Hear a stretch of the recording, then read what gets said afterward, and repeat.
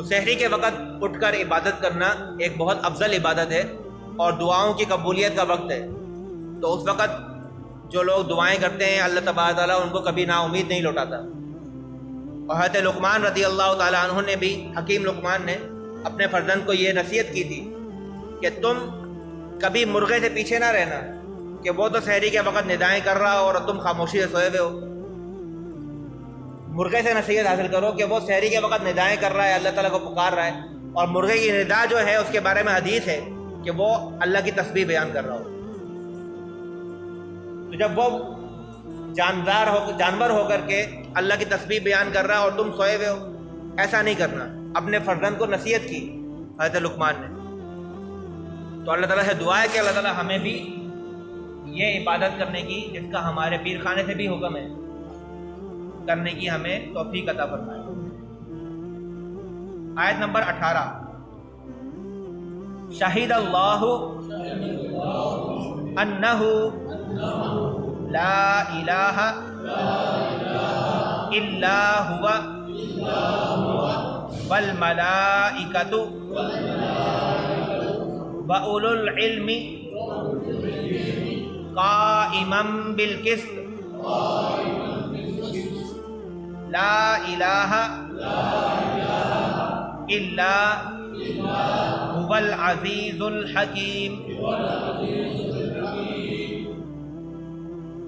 اس آیہ مبارکہ کا پہلے شان نزول میں آپ کے سامنے بیان کر دیتا ہوں کہ یہ آیہ مبارکہ کس خاص کیفیت میں اور کس خاص موقع پر نازل ہوئی، تاکہ اس کا مفہوم اور اس کا ربط آپ کو سمجھ میں آ جائے۔ تفسیر جمل کے اندر جو اس کا شان نزول بیان ہوا ہے وہ یہ ہے کہ ملک شام کے علماء میں سے 2 افراد عیسائی تھے، یعنی کہ وہ سرور کائنات صلی اللہ تعالیٰ علیہ وسلم کی خدمت میں حاضر ہوئے، اور جب انہوں نے مدینہ کو دیکھا تو ایک دوسرے سے کہا کہ نبی آخر الزمان کے شہر کی یہی صفات ہیں جو اس شہر میں پائی جاتی ہیں۔ وہ عالم تھے نا، عیسائی انجیل کے عالم تھے، تو انجیل میں ساری نشانیاں حضور علیہ السلام کی بعثت کی، کہ آپ کا حلیہ کیسا ہوگا، آپ کس مقام پر مبعوث ہوں گے، وہ مقام کیسا ہوگا، وہ علاقہ کیسا ہوگا، ساری کیفیات کا ذکر انجیل کے اندر، تورات کے اندر موجود ہے۔ چونکہ وہ عالم تھے تو وہ جیسے ہی مدینہ میں داخل ہوئے تو مدینہ دیکھ کر کے آپس میں گفتگو کرنے لگے کہ یہ تو وہی شہر لگ رہا ہے جہاں پر آخری نبی نے آنا ہے۔ اور پھر جب حضور صلی اللہ تعالیٰ علیہ وسلم کی خدمت میں حاضر ہوئے تو حضور اقدس کی صورت مبارکہ اور اوصاف کریمہ کو تورات کے مطابق دیکھ کر فوراً آپ کو پہچان لیا اور عرض کیا کہ کیا آپ محمد ہیں؟ تو حضور نے فرمایا ہاں۔ انہوں نے پھر پوچھا کیا آپ احمد ہیں؟ تو حضور نے فرمایا ہاں۔ یہ وہ 2 نام ہیں جو کہ تورات اور انجیل کے اندر بھی حضور علیہ السلام کے موجود ہیں۔ تو انہوں نے پھر عرض کیا کہ ہم آپ سے ایک سوال کریں گے، اگر آپ نے اس کا درست جواب دے دیا جو ہمیں معلوم ہے انجیل کے مطابق، تو ہم آپ پر ایمان لے آئیں گے۔ حضور نے فرمایا سوال کرو۔ انہوں نے سوال کیا کہ اس کائنات کی سب سے بڑی شہادت کیا ہے، سب سے بڑی گواہی کیا ہے، کون سی چیز ہے؟ تو اس پر یہ آیہ مبارکہ رسول اللہ صلی اللہ تعالیٰ علیہ وسلم پر نازل ہوئی، اور جب آپ نے یہ آیت تلاوت فرمائی تو وہ دونوں شامی عیسائی علماء جو تھے وہ مسلمان ہو گئے۔ اب اس آیت کا ترجمہ آپ پڑھیں، اب آپ کو سمجھ میں آئے گا وہ شہادت کیا ہے۔ کائنات کی سب سے بڑی حقیقت اور کائنات کی سب سے بڑی شہادت وہ کیا ہے؟ شہید اللہ انہ لا الہ الا ہو، اللہ نے گواہی دی کہ اس کے سوا کوئی معبود نہیں۔ والملائکۃ، اور ملائکہ نے بھی یہی گواہی دی۔ واولو العلم، اور جو علم والے ہیں انہوں نے بھی یہی گواہی دی۔ قائما بالقسط، انصاف کے ساتھ قائم ہو کر۔ لا الہ الا هو العزیز الحکیم، نہیں ہے کوئی معبود مگر اس کے سوا جو کہ غالب ہے اور حکمت والا ہے۔ تو جب یہ شہادت حضور علیہ الصلوۃ والسلام نے ان علماء کے سامنے پیش کی کہ کائنات کی سب سے بڑی حقیقت اور سب سے بڑی شہادت اگر ہے تو وہ یہ ہے کہ اللہ کے سوا کوئی عبادت کے لائق نہیں ہے، اور یہ وہ چیز ہے، یہ وہ بات ہے، یہ وہ حقیقت ہے جس کی گواہی نہ صرف اللہ دیتا ہے بلکہ اس کے ملائکہ اور جو بھی علم رکھتے ہیں اس کائنات کے اندر، دنیا کے اندر، وہ بھی اس بات کی گواہ ہیں اور شاہد ہیں کہ حقیقتاً اللہ کے سوا کوئی عبادت کے لائق نہیں ہے، کوئی معبود نہیں ہے، کوئی کائنات کا خالق و مالک نہیں ہے سوائے اللہ تعالیٰ کے۔ اب یہاں پر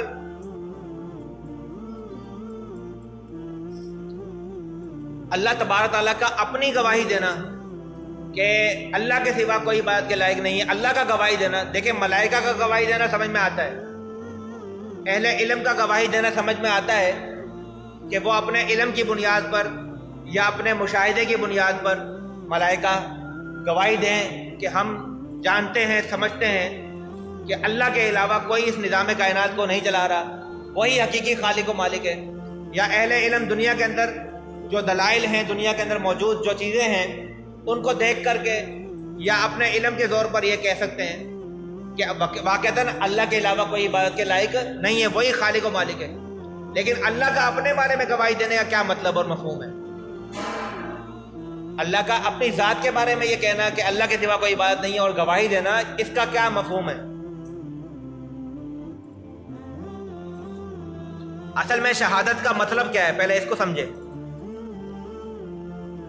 شہادت کا مطلب ہے کسی یقینی بات کی خبر دینا یا کسی امر واقعی کا اظہار اور بیان کرنا۔ یہ اظہار یا تو مشاہدہ حسیہ کی وجہ سے ہوتا ہے، یعنی کہ آپ اپنی آنکھوں سے کوئی چیز دیکھتے ہیں، کانوں سے کوئی چیز سنتے ہیں، آپ کے سامنے کوئی واقعہ ہوتا ہے تو آپ اس چیز کی گواہی دیتے ہیں دوسرے وقت میں کہ ہاں میری آنکھوں کے سامنے یہ کام ہوا، یا میں نے خود اپنی آنکھوں سے دیکھا یا اپنے کانوں سے سنا۔ یہ شہادت ہوتی ہے، گواہی دینا حسی، یا تو مشاہدہ حسیہ کی بنیاد پر گواہی دی جاتی ہے یا مشاہدہ معنویہ کی بنیاد پر ہوتی ہے۔ آپ نے امریکہ نہیں دیکھا، آپ کبھی گئے امریکہ؟ نہیں گئے۔ ہم میں سے کچھ لوگ ایسے ہوں گے جو سعودی عرب بھی نہیں گئے، نہ مکہ دیکھا نہ مدینہ دیکھا، لیکن کیا ہے، شہادت معنویہ ہم کی بنیاد پر ہم اس بات کو مانتے ہیں اور حق سمجھتے ہیں کہ امریکہ ہے۔ اتنی معلومات، اتنے لوگ یہ بات بتاتے ہیں کہ ایک ملک ہے امریکہ، ایک ملک ہے سعودی عرب، وہاں پر مکہ ہے، مدینہ ہے۔ ان کی باتیں، اتنے لوگ یہ بات بولتے ہیں کہ جن کا جھوٹ پر جمع ہونا محال ہے، اور اس طریقے سے ہمارے پاس یہ خبر پہنچی ہے کہ ہم اس کو ڈینائی نہیں کر سکتے، اس کا رد نہیں کر سکتے، حالانکہ ہم نے اپنی حس یعنی آنکھ، کان، ناک، ان چیزوں سے نہیں دیکھا نہ سنا، صرف اور صرف کیا ہے، ہم نے دوسرے بندے کی بات پر اعتبار کیا کیونکہ اس کی بات قابل رد نہیں ہے۔ یہ کہتے ہیں شہادت معنویہ۔ مشاہدہ معنویہ سے کیا مراد ہوتا ہے؟ دلائل اور براہین، یعنی کہ اللہ تبارک و تعالیٰ نے اپنی ذات کی جو شہادت دی کہ اللہ کے سوا کوئی عبادت کے لائق نہیں ہے، دراصل اس نے ایسے دلائل اور ایسی مثالیں قائم فرمائی ہیں کہ جس کا کوئی رد نہیں کر سکتا۔ کسی نے اللہ تعالیٰ کو دیکھا ہے کہ اللہ ایک ہے یا دو ہیں یا چار ہیں؟